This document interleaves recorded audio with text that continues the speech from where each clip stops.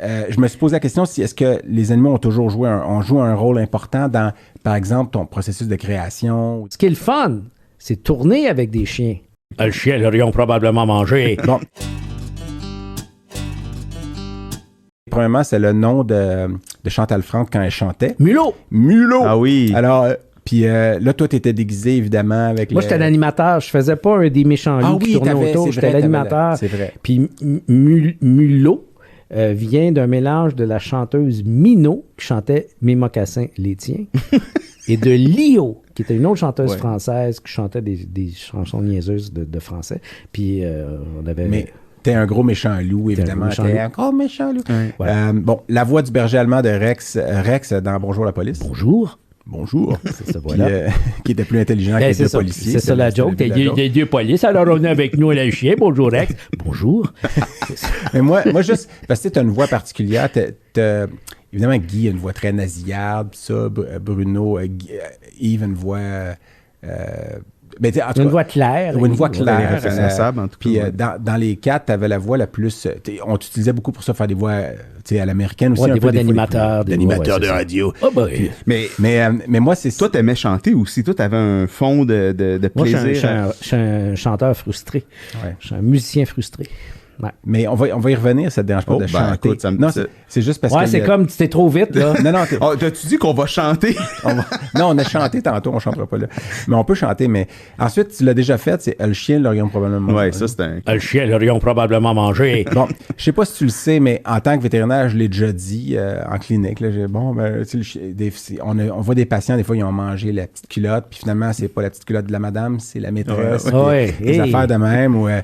Mais ça, donc, ensuite, il y a... Puis moi, c'est... peut-être ça serait lui mon numéro 1, parce que ça m'avait fait... C'était la pub de Motonel. Les petits chats. Avec les petits chats persans blancs. C'est l'exemple... Ça, c'est l'idée de qui?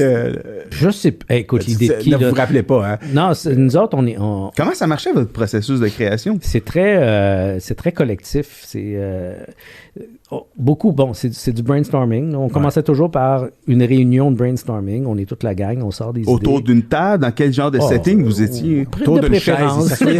Il s'asseyait sur des chaises. Autour d'un évier de cuisine. On trouvait ça confortable. Non, c'est ça. Avec des chaises autour. Moi, je vous imaginais debout autour de la table. Non. Moi, je vous imaginais d'une autre façon, je peux-tu le dire? Non, ta gueule. Puis les idées sortent, tu sais, c'est lousse, là. C'est vraiment lousse. Et une fois que la réunion est finie, elle peut durer 3/4 d'heure, 1 heure, puis là, c'est bon, qui est-ce qui fait quoi? C'est quelqu'un qui prend des notes là-dedans? Oui.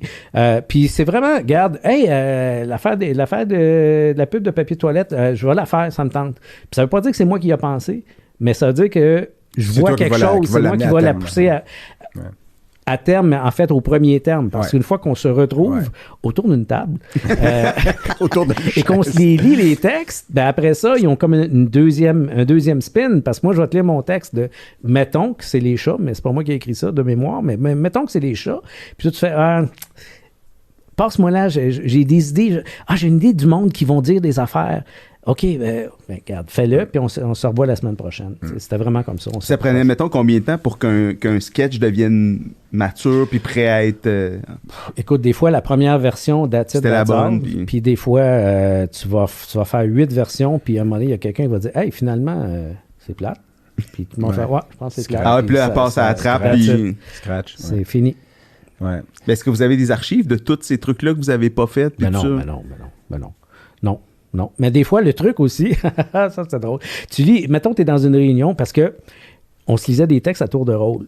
Puis évidemment, si tu passes après quelqu'un qui a lu un méga hit, là, tu sais, le sketch, il vient de te lire Génie en herbe. Puis toi, tu as ton texte. Tu fais, regarde, non, si je lis ce texte-là, c'est sûr qu'il est mort. Fait que je vais prendre un moins bon, je vais le sacrifier tout de suite. Il va mourir. Je le sais, je le tue, c'est fini. Puis ce qui arrivait aussi des fois, dans ton timing, tu lisais le sketch, il n'y avait pas vraiment de réaction. Tu ne l'avais pas lu au bon moment dans la réunion. Tu le ramènes le mois d'après, personne ne se rappelle que tu l'as lu. Tu vas dire, c'est que c'est bon ça. Il y a un mois, tu ne l'as pas trouvé drôle. Le timing, voilà, en fait, le fil n'était pas bon à ce moment-là. Écoute, Guy nous a déjà lu des sketchs d'RBO de vie de couple. Il avait écrit ça, des affaires de couple. On trouvait ça plate, nous autres. C'était un gars de fille. Ah oui. Mais c'était pas le même style d'humour. Dans RBO, ça marchait pas. Ouais, c'est ça. C'était juste le timing qui était pas le bon. Puis... Ensuite, j'avais mis le nom du groupe, en fait. Rock et Belles Oreilles. Ça venait de Roquet, Belles Oreilles. Ça, il y a de moins en moins de monde qui la comprennent. Je hein. sais. Écoute, Roquet, Belles Oreilles, le petit chien en Bleu. cartoon, là. Huckleberry. Huckleberry Hound. Ouais, c'est ça. Non, les gens ne comprennent pas. Et c'est pour ça que dans la chanson de Rock et Belles Oreilles, on entend Ô ma divine Clémentine, qui était la chanson que chantait le personnage, le petit cartoon. Ouais. Ensuite, il y a la tournée que vous avez faite qui était Bête de scène. Fait que, vous êtes devenus des bêtes de scène. Des bêtes de scène. Puis après ça, je me suis dit, je vais te faire un petit quiz, mais d'une question. Aïe, C'est aïe. si je te dis, dans cet ordre, chat, chien, porc épic. Ça, c'est Le Trou. Oui. La chanson Le Trou. Une de mes chansons préférées, là, après... j'allais dire après... voyons, le feu sauvage de l'amour. Ouais. On va en reparler, mais chat, chien, porc épic, c'est la fin de Le Trou. Le Trou. Parce qu'à l'époque, dans beaucoup de chansons, Chat. les gens criaient « Chat! Ouais. » Fait que d'autres faisaient « Chien! Porc épic! » Ouais. Cette chanson-là a été un échec total Pour vrai? en spectacle. Moi, c'est ma Le préférée. Trou. C'est une de mes préférées. Le Ah Trou. non, mais c'est parce que quand chanter Le Trou à Montréal, c'est le fun. Chanter Le Trou, Ah ouais, en région. Ouais. ils pensent que tu ris d'eux autres. Ouais. tu sais. Alors, Mais non. toi, t'as de la famille qui vient d'asbestos. Ouais, puis les qui est mines, une méchante trou, Oui, puis asbestos. littéralement. Non, mais dans tous les sens. Puis la mine, puis tout ça. Ouais, Puis ouais. quand tu meurs à 1000 pieds sous terre, ça coûte moins cher, le frais funéraire, puis ça. Mais ça n'a pas rapport avec moi. Par contre, dans cette chanson-là... Attends. C'est-tu dans cette chanson-là? le petit Adrien qui a juste une gosse. Oui, en fait, les vraies paroles, c'était le petit Adrien, celui qui a juste 3 gosses. Qui a juste Puis, 3 gosses. c'est juste que quand on l'a chanté, on comprenait pas. Juste 3 gosses. Celui qui a juste 3 gosses. Fait que ça va être une gosse. On comprend mieux une gosse que 3 Qui a gosses. juste une gosse ou qui a rien qu'une gosse? Qui a juste une une gosse. Ouais. Ça, c'est ta partie à toi, d'ailleurs, dans la toune, me semble. Il y a Fernand l'albinos, puis le petit Ouais. Adrien, celui qui a juste une gosse. Puis il y a Marie-Pierre qui mange des fourmis. fourmis. Parce que c'est fait à croire. Parce qu'on y a fait à croire que c'était des Rice Krispies. Ouais. Ouais. Des Rice Krispies. Des me Rice semble. Krispies. Oui, Ouais. parce qu'il faut que ça rime. Ouais.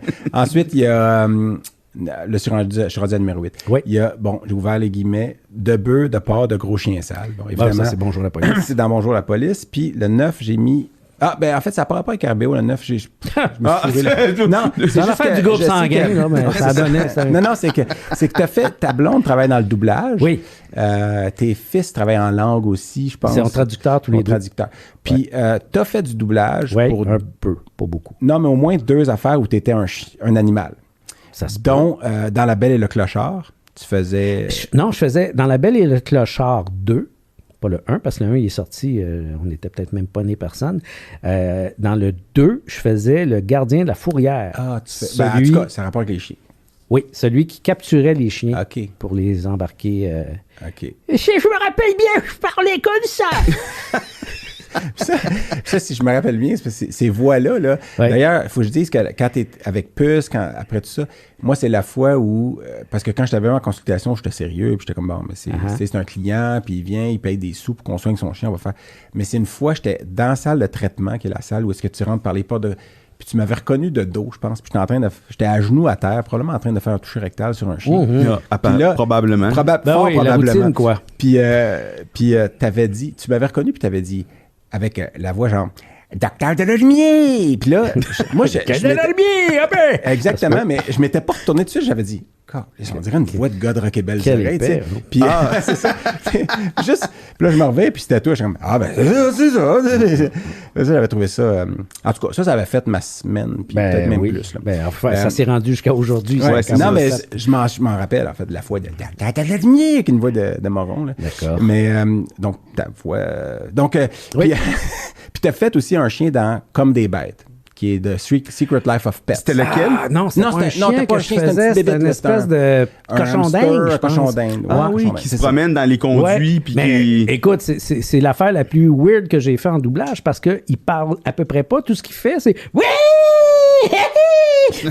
J'ai fait ça pendant 1 heure de temps. Puis ils ont dit « C'est beau, c'est fait, va-t'en chez vous. » Puis ils ont fait le 2. Ils m'ont appelé, Ouais. pour le 2. Fait que j'ai fait le 2. Puis encore là, il parle pas. Il fait juste des « Youhou! » Regarde, pourquoi vous n'avez pas regardé l'original américain? Il fait le même son que moi. Mais non. Ah, parce qu'il parle pas en français. Il dans parle le fond. pas et je pense qu'il dit rien. Il fait... Ah, il dit peut-être, allons-y tout de suite! Des affaires de même, là. Ah, mon Dieu, ouais. En tout cas. Mais j'avais vu ça, j'ai trouvé ça quand je cherchais. Là, Attends, j'ai fait un autre animal. Tu sais, numéro Dans 10. Tes belles oreilles? Non. Ça, c'est comique en tabarouette. Dans une annonce, une pub de céréales, on parlait des Cheerios tantôt. Ouais. Dans les annonces de Cheerios, pendant un certain temps, il y avait une abeille. Oui. Ah, ouais. Les Cheerios sur miel et au noix! C'était moi. C'était toi qui faisais ça? C'était moi. Puis de la façon que c'est arrivé, c'est super drôle parce que c'était un autre acteur qui faisait ça, puis je sais pas trop ce qui est arrivé, il pouvait plus le faire. Puis là, ils ont organisé des auditions et les gens qui organisaient des auditions... Ils font des auditions, mettons, pour trouver la voix d'une abeille. Oui, parce qu'il faut que Cheerios Incorporated l'approuve. l'approuve. Ils disent ça, c'est notre homme ou c'est notre femme, on veut cette voix-là. Puis les gens qui organisaient des auditions voulaient que ça soit une fille qui fasse ça. Ils disaient, hey, ça n'a pas d'allure qu'une abeille soit faite par un gars. Fait que, ils m'ont appelé, ils ont dit, garde, le client veut quand même entendre des gars. Fait que, garde, c'est pas toi qui vas l'avoir. C'est une voix aiguë. C'est ça. Mais, elle vient le faire, là, puis on va s'arranger. À un moment donné, il va y avoir une autre affaire de pub, on va t'appeler, puis bon. Fait que, moi, je le fais. Mais là, attends, question naïve d'un gars qui connaît pas le milieu, là, ils ont un catalogue de voix. Comment ils décident? Non, mais tu sais, eux autres, mettons qu'ils cherchent des voix de filles aiguës, vont peut-être penser à certaines actrices, certaines comédiennes qui ont ce genre de... Mais là, pourquoi toi? Parce que c'est pas dans ton casting nécessairement de faire des voix aiguës. Parce que je pense que c'est le client ou c'est les gens de l'agence qui voulaient quand même envoyer des gars pareils. Mais en sachant que ça allait être une fille qu'elle allait être choisie. Tu l'as eu pourquoi, finalement? Parce qu'ils ont trouvé que ça... Parce qu'ils ont trouvé que cette voix-là était bonne, sans savoir... Plus catchy. Puis c'est ça. Sans savoir peut-être si c'était un gars ou une fille qui la faisait, je sais pas. Puis moi, c'est drôle parce que souvent, quand tu passes une audition, puis qu'on te dit... Tu l'auras pas, inquiète-toi pas. Là, c'est juste que tu l'as. Regarde, t'as tellement pas de pression. Tu rentres pas de pression, c'est ça. Tu rentres, tu fais ça, regarde. OK, moi le faire, Puis très souvent, c'est là que ça marche. Quand tu passes une audition puis tu veux vraiment avoir le rôle... Il y a des bonnes chances que tu ne l'aies pas. Tu es trop nerveux, tu es trop pogné. Ouais, c'est ça. Alors, les Cheerios sont bien loin, noir. T'as-tu un lien que tu voulais faire, Eric?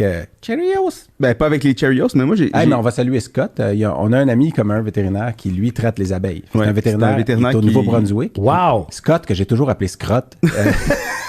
C'est bien de le dire publiquement. Je sais pas si tu t'en rappelles, Scott, mais je l'appelais Scrot tout le temps, puis c'était par amour. Il est apiculteur et vétérinaire spécialisé. Lui-même apiculteur, mais aussi, parce qu'il y a des vétérinaires pour les abeilles. Puis oui. Ça doit être quelque chose d'enlever une tumeur sur une abeille. Je sais pas, mais... Ben, ils ont qui c'est qui a la tient pour la radio?